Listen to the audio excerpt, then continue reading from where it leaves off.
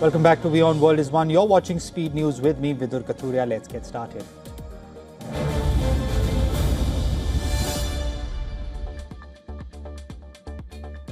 US President Donald Trump publicly accusing a group of Democratic veteran lawmakers of sedition punishable by death after they released a video urging US military members to uphold the Constitution and refuse what they called illegal augurs. Trump called them traitors and accused them of seditious behavior. The Democratic lawmakers have hit back at Trump's comments, calling them vile. Michigan Senator and former CIA officer Elissa Slotkin in the video post said she refuses to be intimidated and would continue to speak up for her country.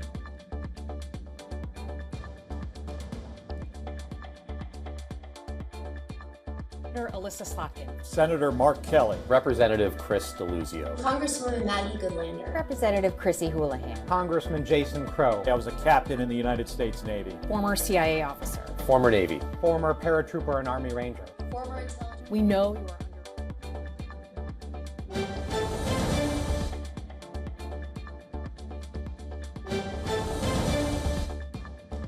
The Trump administration denied South Africa's announcement that the US has ended a boycott of G20 summit in Johannesburg, saying new US official will take part in the talks. The response from White House comes following a statement by President Cyril Ramaphosa that the country is in talks with the US to reverse the decision. The latest developments come after President Trump had announced that his administration would boycott the two-day meeting over accusations that South Africa is violently persecuting white minority farmers, an allegation that South Africa strongly denied. By the Minister of Trade.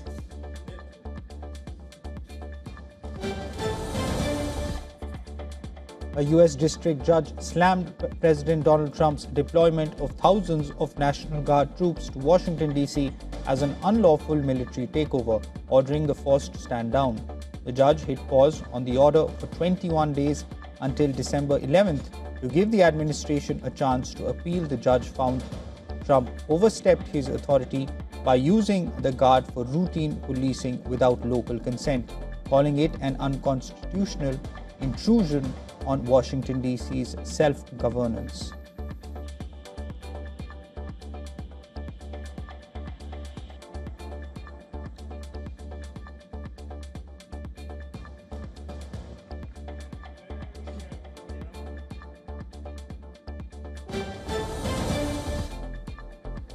Israel has launched new airstrikes in Gaza, killing 5 people, including a 1-year-old girl in Khan Yunis.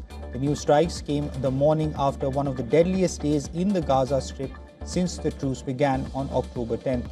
The attack has raised concerns, with ceasefire mediator Qatar warning that the renewed attacks threaten to undermine the fragile weeks-long truce between Israel and Hamas.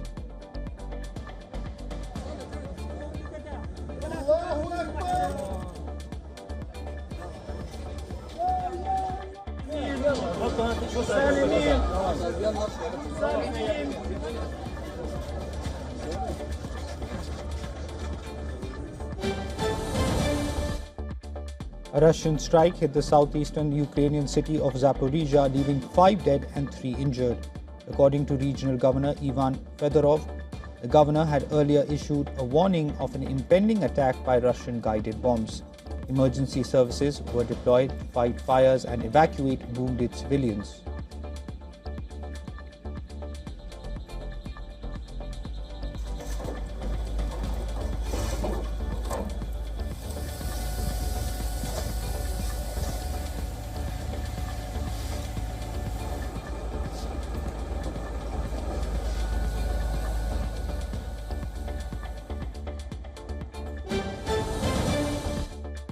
Venezuela's National Assembly approved a 15-year extension of the joint ventures between state company PDVSA and a unit of Russia's Rosaru-Besneft that operate 2 oil fields in the South American country's western region.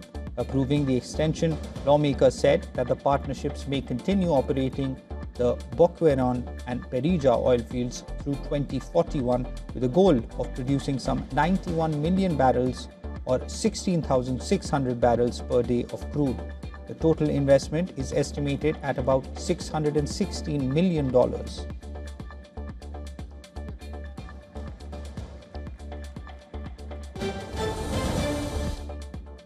Demonstrators took to the streets of Mexico City to protest insecurity, rising violence, and corruption. Protesters marched from the Angel of Independence monument through several streets towards the Zocalo Square. Riot police held back protesters a few blocks before the Zocalo Square. The demonstration, organized primarily by Gen Z youth groups, drew citizens demanding justice for specific cases of violence, including the assassination of Uruapan Mayor Carlos Manzo. Participants waving Mexican flags voiced frustration over worsening security conditions and government corruption.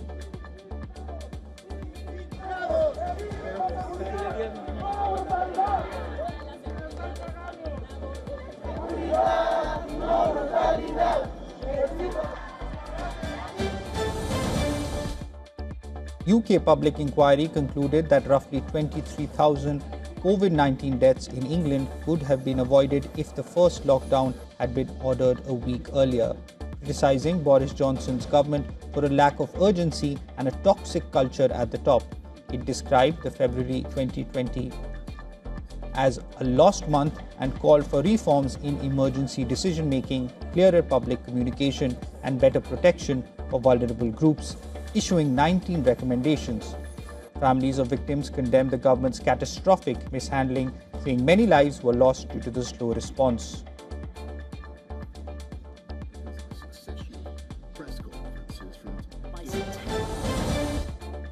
Peruvian miners marched in the capital demanding lawmakers let them keep working. Lawmakers are debating whether to extend a temporary permit for informal gold and copper miners until 2027 and to reinstate about 50,000 previously outlawed miners. Permits for informal miners were last issued in 2016 and have been extended since then. The Congress's Energy and Mines Commission had issued a preliminary extension past Tuesday, which the plenary still needs to approve to take effect. Interim President Jose Jerry's government hasn't said if it will pass the extension.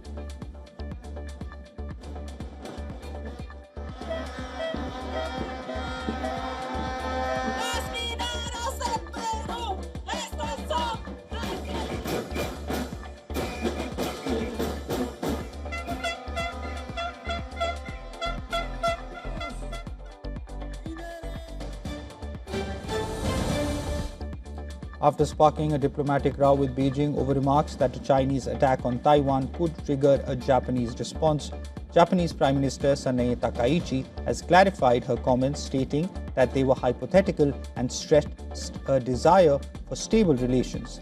She said she wanted constructive ties with China, adding that the country's stance on Taiwan remains unchanged.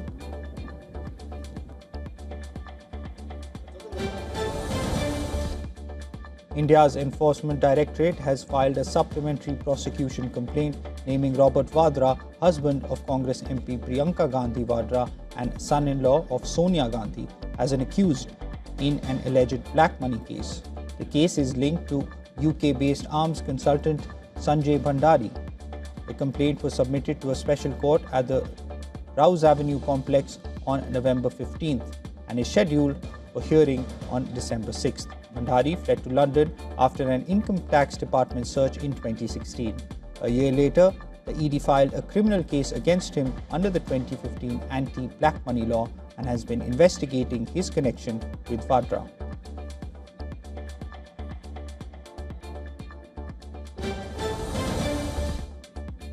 Jammu and Kashmir State Investigation Agency raided the Jammu office of the Kashmir Times and owner Prabodh Jamwal's home, citing an ongoing criminal probe.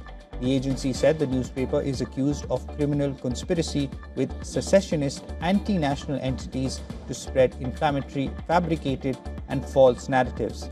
The operation was conducted with an executive magistrate present. The Jammu and Kashmir police said arms and ammunition were recovered from the office of Kashmir Times during the searches.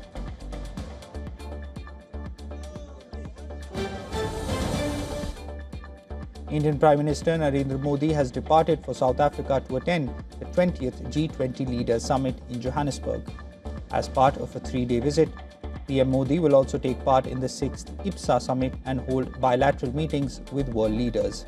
In his departure statement, PM Modi said he'll present India's perspective centered on one Earth, one family, one future, and engage with the Indian diaspora.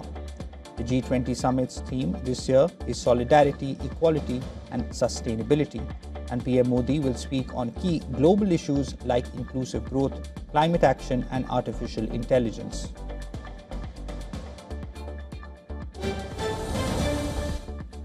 Hundreds of people in Rio de Janeiro celebrated Black Consciousness Day, a national holiday recognizing Afro-Brazilian history, resistance, and contributions to the country.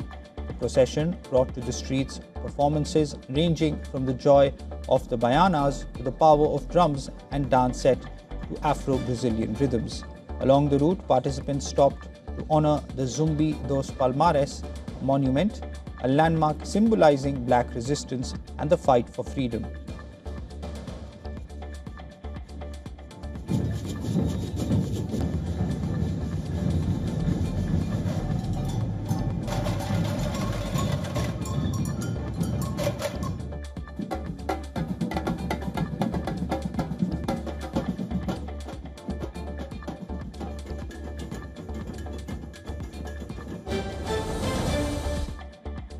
Jeff Bezos' space company Blue Origin has announced a more powerful variant of its New Glenn rocket called New Glenn 9X4, featuring 9 engines on the first stage and 4 on the second. The Super Heavy rocket marks Blue Origin's push to build a full family of launchers similar to SpaceX's Falcon fleet. The company did not disclose a launch date but said the upgrade from its current 7X2 design will speed development. Blue Origin says both New Glenn models will operate together, serving mega constellations, deep space missions, and US national security projects.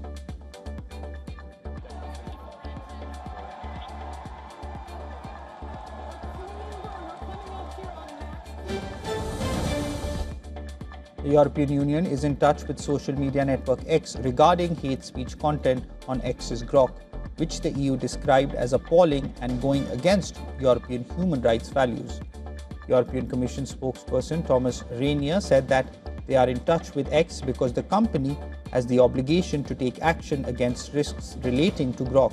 In July, social media posts on the X account of the Grok chatbot developed by Elon Musk's company X AI were removed after complaints from X users and the Anti-Defamation League that Grok produced content with anti-Semitic tropes and praise for Adolf Hitler.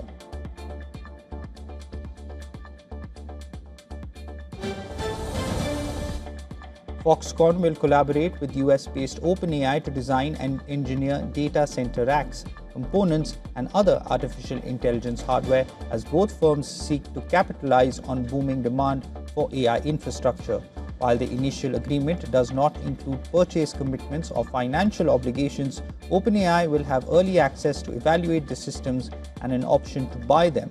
The tie-up will allow Foxconn, the world's largest contract electronics maker, an insight into the growing compute needs of large AI firms and help design products that meet the requirements of advanced large language models.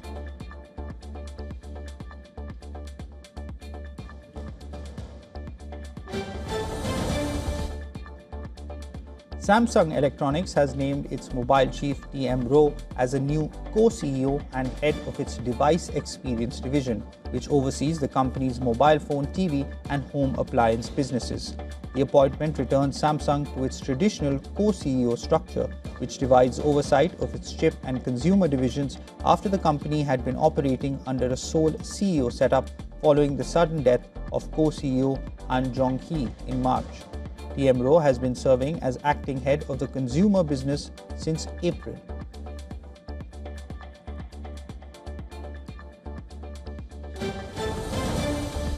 US telecom giant Verizon has announced its biggest ever layoff, cutting more than 13,000 jobs as part of a major cost reduction and restructuring push. The company says over 80% of impacted staff will exit next month, with Verizon taking a $1.6 billion to $1.8 billion severance hit in Q4. Verizon will also convert 179 company-owned stores into franchises and shut one outlet. In a note to employees, new CEO Dan Schulman said Verizon must simplify operations and reduce friction that slows the company down, calling the cuts necessary to reset and realign priorities.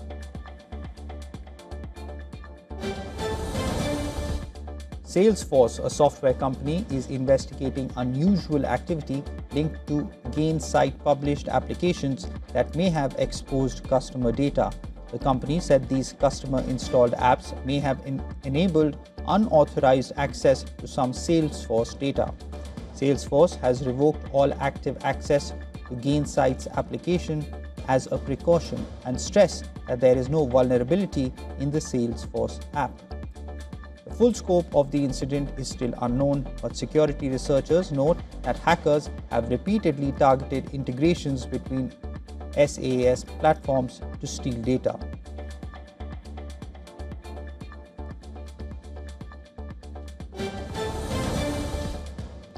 Asian tech stocks dropped sharply on Friday as fears of an AI bubble and weak US market cues dragged sentiment lower.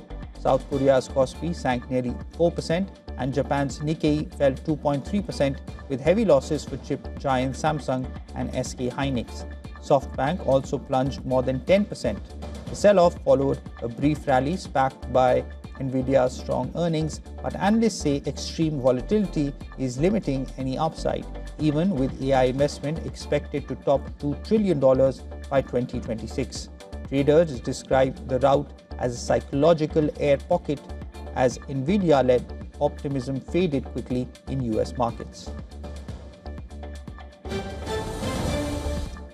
Japan's inflation picked up to 3% in October, piling pressure on Prime Minister Sanae Takaichi as she readies a 20 trillion yen stimulus package of subsidies and tax cuts. Consumers are feeling the strain with rice prices up 40% from a year ago and the economy shrinking 0.4% in the July-September quarter. But her big spending plans have pushed bond yields to record highs and weakened the yen, raising fears of even higher import costs. Analysts warn the growing strain could hit her approval ratings, while a diplomatic spat with China over Taiwan is adding fresh uncertainty for Japan's economy.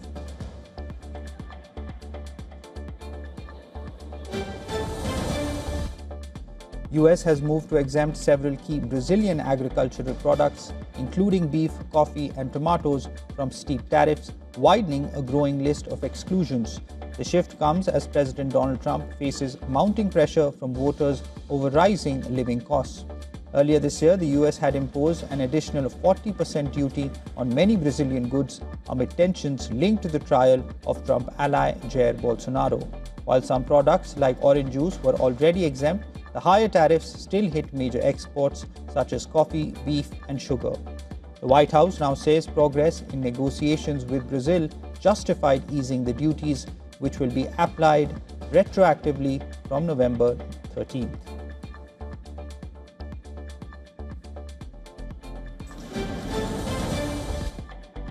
The EU's Trade Commissioner has held talks in Australia with Resources Minister about investing in Australian resource projects, including through equity stakes, long-term offtake deals and joint ventures. The push is part of renewed efforts to forge an EU-Australia free trade agreement focusing especially on securing critical minerals.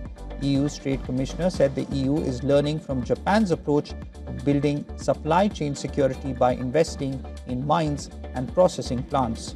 He also warned that Europe has paid a high price for past dependencies on volatile supply, citing over-reliance on Russian energy and raw materials.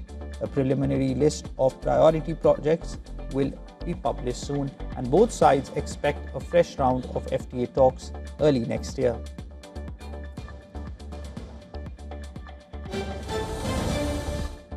Sports now. In F1, Lando Norris is closing in on a major milestone for McLaren. The 26-year-old British driver will tie David Coulthard as the longest-serving driver in the team's history.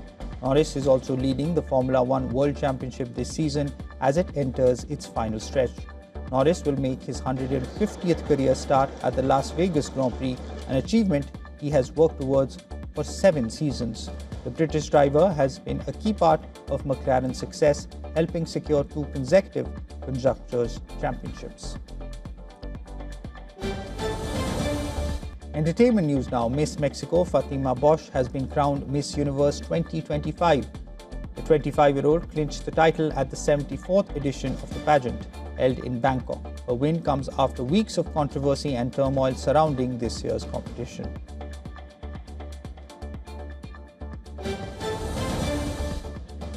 Paris's Grevon Museum has revealed a new wax figure of Princess Diana. The replica is sculpted in her legendary revenge dress. The life-size figure shows the late Princess of Wales in the black off-shoulder ensemble which she wore in 1994. The installation has quickly become a major attraction at the Paris Museum.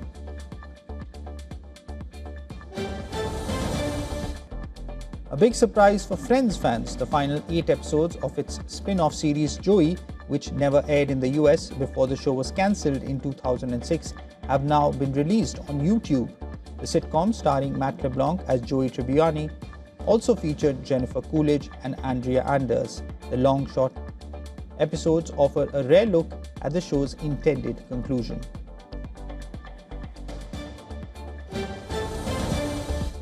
K-pop group N-Hyphen has donated $68,200 to support flood relief efforts in the Philippines.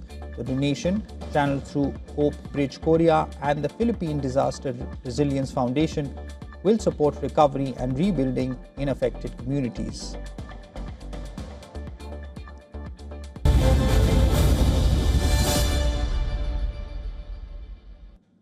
That's it on this edition of Speed News. News and updates will continue on the other side of this short break. Keep watching WION World is One.